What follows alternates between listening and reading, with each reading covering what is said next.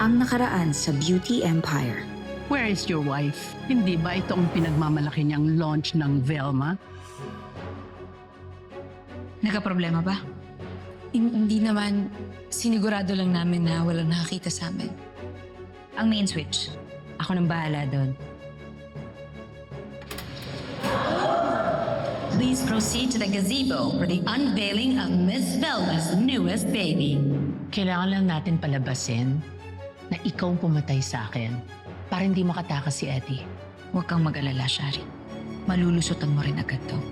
Sinisigurado ko. Hindi lang pagkamatay ng ate ko ang may gaganti ko. Pati na rin ang lahat ng babaeng nagawa ng injustice ng asawa niyo. And that includes you, Miss Velma. Enjoy your quick visit to the afterlife.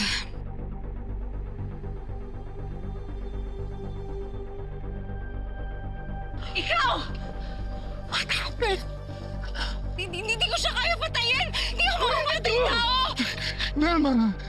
Aminin ko, magkaaway kami palagi pero hindi ko kaya siya patayin! I'm not a criminal!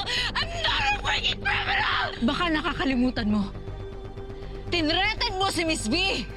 Kung hindi niya tutuparin ang pangako niya sa iyong ibigay ang Velma Beauty. Can someone get this girl out of my sight? Call the cops! Hindi ko pinatay si Miss Velma! Nakuha ko na bago pa nila mahanap. Nandiyan yung fingerprints ko. Walang pwedeng makaalam na hawakan ko yan. Okay, boss. They got me so frustrated.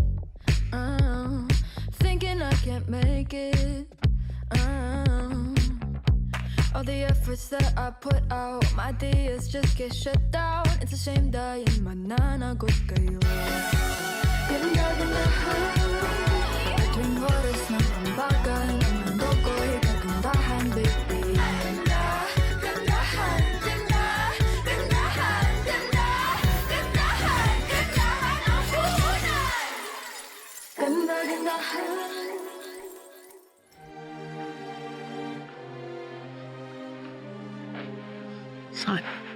Son, I'm here. I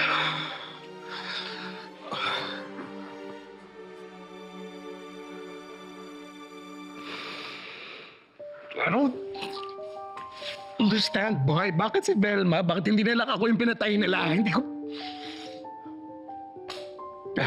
Magpapayat kung sino man ang gumawa nito.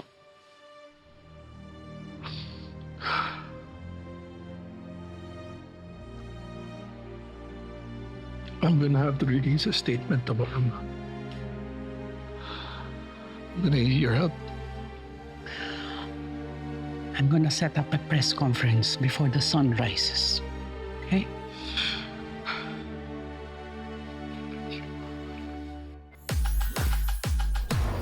Good day mga ka-beauty. Today we are mourning the loss of an icon. It is a sad day for the beauty industry. Miss Velma Imperial, the Queen is dead. Hindi lang CEO si Miss Velma. She was a mother to us. And we're very heartbroken about this. Our hearts go to the bereaved family. Condolences po. Moment of silence muna tayo, Beshi.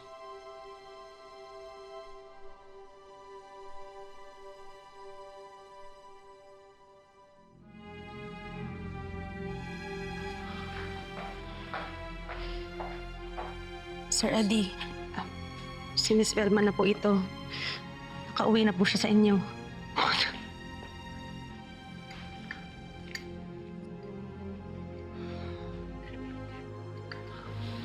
Cremated. Agad-agad? Yan na po yung papeles at mga huling habili ni Miss Velma. Nandiyan na rin po yung explanation kung bakit cremated po siya agad.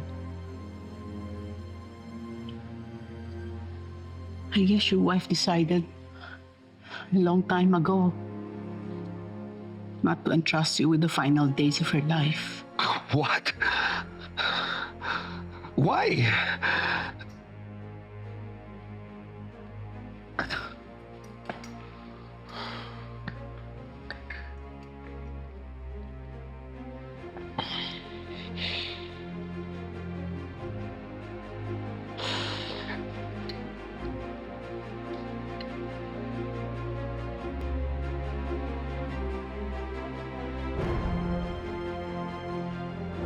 I thought naka-move on na ako dito.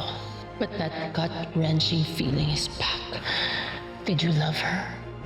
Was it a one-night stand? Either way, nakakasuka. Kaya I'm gonna ask you one last time. Ginawa mo ba yon? No, I did not. Sabihin mo sa akin ang totoo! This is the truth! Ba't ayaw mo maniwala sa akin? Ba't ayaw mo na lang kasi sabihin sa akin ang totoo? You drugged her, you raped her, you killed her! Pinatay mo siya, mamamatay tao ka! I'm done! It's over! Hindi mo pa sa akin, tingnan natin kung ano mangyayari. Ang mapatay na talaga kita niyan. Miss V's final days are filled with glamour and controversy. At dahil maraming iniwang katanungan, we have invited a very special person to speak with us today.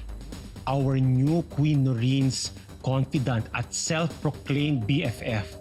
As in, Martika ha, level na alam niya ang mga pasikot-sikot at tidbits ng buhay at karera ni Noreen. Ladies and gentlemen, Miss Janina Bulaklak! Jana! Hi po. Oh, welcome to the beauty parlor. Welcome. Basta. Okay lang po. Oh, pinap-sleeves mo naman kami today. Miss Martika. Upo ka. Oo. Hello, hi. Hello po. Dati po, pinapanood ko lang kayo ngayon, katabi ko na kayo. Aling Charing, Tatay Jeep, artista na ako! Okay, sa mga nagtatanong po, bakit po si Jana ang naimbitahan natin ngayon? Nandito po siya kasi siya po ang ating resource speaker. Resource speaker? Sorry.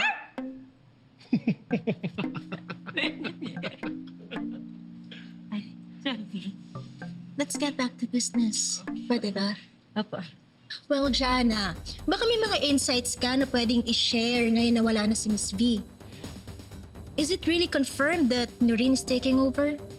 Totoo, no? Now that Shari is being accused of killing our mother, I mean, ano mangyayari sa kanya? Unang-una, no? Ang gulo-gulo. It makes me dizzy.